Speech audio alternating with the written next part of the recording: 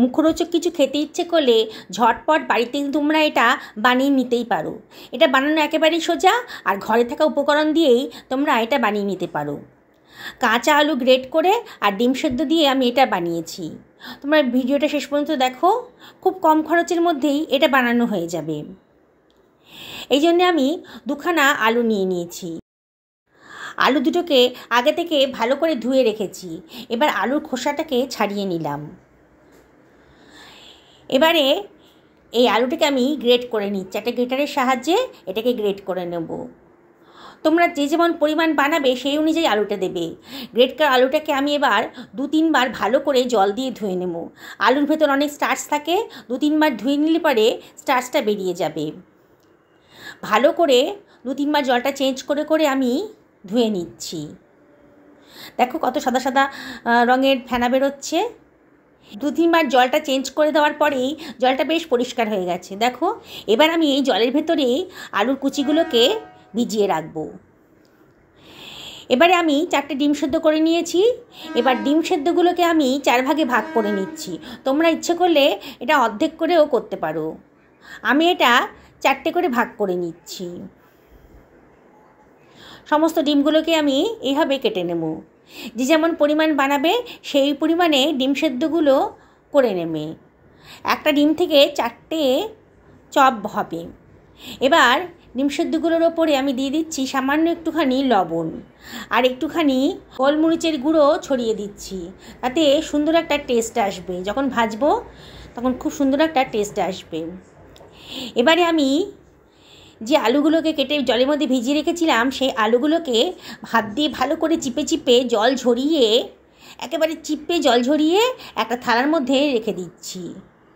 খুব চিপে চিপে জলটাকে ঝরিয়ে নিতে হবে। আলুর ভেতরে জল থাকলে পরে আমার রেসিপিটা বানাতে খুব কষ্ট হবে, প্রবলেম হয়ে যাবে। দেখো আমি কীভাবে বানাচ্ছি। ভালো করে জলটাকে নিংড়ে নিংড়ে একটা পাত্রের ভেতর আলুর কুচিগুলোকে রেখে দিলাম। এবারে আমি এর ভেতর দিয়ে দিচ্ছি 2খানা পেঁয়াজ কুচি। মাঝারি সাইজের 2খানা পেঁয়াজকে কুচি করে রেখেছিলাম, দিয়ে দিলাম। এবারে এর ভেতর দিয়ে দিচ্ছি লঙ্কা কুচি। আমরা ঝাল পছন্দ করি, লঙ্কার পরিমাণটা একটু বেশি দিয়েছি। তোমরা নিজেদের পছন্দ মতো লঙ্কার কুচিগুলো দেবে। বেশ খানিকটা ধনেপাতা কুচিও দিয়ে দিলাম, খুব সুন্দর টেস্ট আসবে। এবারে আমি এর ভেতর দিয়ে দিচ্ছি 1 টেবিল চামচ মতো লবণ, আর এর ভেতরে আমি দিয়ে দেব 1 টেবিল চামচ মতো লঙ্কার গুঁড়ো। এটা কাশ্মীরি লঙ্কার গুঁড়ো, খুব বেশি ঝাল হবে না। আর দিয়ে দিচ্ছি 1 টেবিল চামচ মতো চাট মশলা। এবারে এর ভেতর আমি দিয়ে দিচ্ছি হাফ বাটি মতন এই 4 টেবিল চামচ মতো কর্নফ্লাওয়ার। আলুর ভেতর যদি কিছুটা জল থেকে থাকে, মশলারও হয়ে আছে তো আলুটা ভিজে ভিজে আলু, তাহলে কর্নফ্লাওয়ারটা টেনে নেবে, বাইন্ডিংসে কাজ করবে কর্নফ্লাওয়ারটা। এবার সব কিছু ভালো করে মিশিয়ে নিচ্ছি। খুব ভালো করে মিশিয়ে নিতে হবে যাতে লবণ লঙ্কাটা আলুর টুকরোগুলোর মধ্যে ভালো করে মিশে যায়। দেখো কত সুন্দর করে আমার মাখা হয়ে গেছে। এবারে আমি এটাকে সরিয়ে রাখছি। আমি একটা পাত্রের ভেতর নিয়ে নিচ্ছি 2 টেবিল চামচ মতো ময়দা। আমি এখানে ময়দা ইউজ করেছি, তোমরা ইচ্ছে করলে আটাও ইউজ করতে পারো। আর দিয়ে দিলাম 2 টেবিল চামচ মতো কর্নফ্লাওয়ার। এবারে আমি এর ভেতর দিয়ে দিচ্ছি সামান্য একটুখানি লবণ, দিয়ে দেবো। এবারে এর ভেতর দিয়ে দিচ্ছি সামান্য একটুখানি লঙ্কার গুঁড়ো, খুব সামান্য 1 চিমটা। এবার সব কিছু ভালো করে মিশিয়ে নিচ্ছি। কর্নফ্লাওয়ার 2 টেবিল চামচ মতো, ময়দা 2 টেবিল চামচ মতো, সামান্য একটুখানি লবণ আর লঙ্কার গুঁড়ো ভালো করে মিশানো হয়ে গেছে। এবারে আমি যে মণ্ডটা করে রেখেছিলাম আলুর মিশ্রণের, সেটাকে হাতে করে নিলাম। হাতে একটু তেল মাখিয়ে নিয়েছিলাম।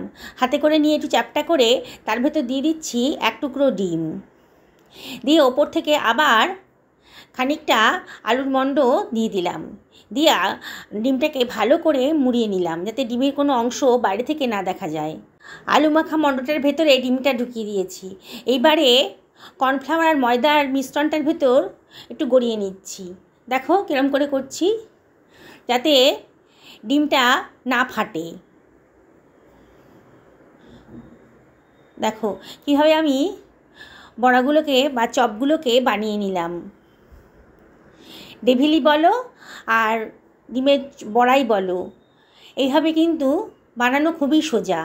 আবারও দেখো হাতে তেল মাখিয়ে নিয়ে আলুর মিশ্রণের মণ্ডটা নিয়ে নিলাম, তার মধ্যে দিয়ে দিলাম এক টুকরো ডিম, ওপর থেকে আবারও খানিকটা আলুর মিশ্রণ দিয়ে দিলাম, দিয়ে হাতে করে গোল পাকিয়ে এবার এটাকে কর্নফ্লাওয়ার আর ময়দার মধ্যে গড়িয়ে নেব। দেখো বানানোটা কত সোজা, ঝটপট কিন্তু বানানো হয়ে যাবে। ডিমটা যদি সেদ্ধ করা থাকে তাহলে কিন্তু 10 মিনিটের মধ্যেই তোমরা এটা বানিয়ে ফেলতে পারো। বাড়িতে অতিথি এসছে, কোনো চিন্তা নেই, দোকান থেকে আনতে হবে না, ঝটপট তোমরা এটা বানিয়ে সার্ভ করে দিতে পারো। সকাল বিকেলের নাস্তাতেও এটা তৈরি করে নিতে পারো। খুবই টেস্টি আর সবাই খুব পছন্দ করবে। কড়াইতে তেল গরম করে নিয়েছি, আমি লোহার কড়াই ইউজ করি। লোহার কড়াইতে করলে পারে এটা তলায় লেগে যায় না। সেই জন্যে তেলটা গরম হয়ে গেছে, যখন হাই ফ্লেম করে তেলটা গরম করে নিয়ে তারপরে মিডিয়াম টু লোতে আমি বড়াগুলো ছেড়ে দিচ্ছি। একসঙ্গে বেশি দেব না, অল্প অল্প করে দিতে হবে, তাহলে একটা গায়ে আর একটা লেগে গিয়ে সব কিন্তু ভেঙে যাবে। প্রথমে দেওয়ার পরেই কিন্তু ওপর থেকে একটু খুন্তি দিয়ে তেল ছটিয়ে দিচ্ছি, যাতে ওপরটাও ভালো করে ভাজা ভাজা মতো হয়ে যায়। প্রথমেই বেশি নাড়াবে না, আমি বিগিনার্সদের উদ্দেশ্যে বলছি, তোমরা তো জানোই কী করে বড়া ভাজতে হয় বা ডিম ভাজতে হয়। এবারে এপিট ওপিট ভালো করে এটাকে আমি ভেজে নিচ্ছি। ফ্লেমটা কিন্তু মিডিয়াম টু হাইতে রাখতে হবে, নাহলে হাই করে দিলে পরে বাইরেটা ভাজা হয়ে যাবে আর ভেতরটা কাঁচা থাকবে, তখন খেতে ভালো লাগবে না। আমি কিন্তু কাঁচা আলু দিয়েছি, তাই একটু সময় ধরে এটাকে ভালো করে ভেজে নিতে হবে। দেখো সুন্দর একটা কালার এসে গেছে, দেখেই মনে হচ্ছে আমার ভাজাটা হয়ে গেছে।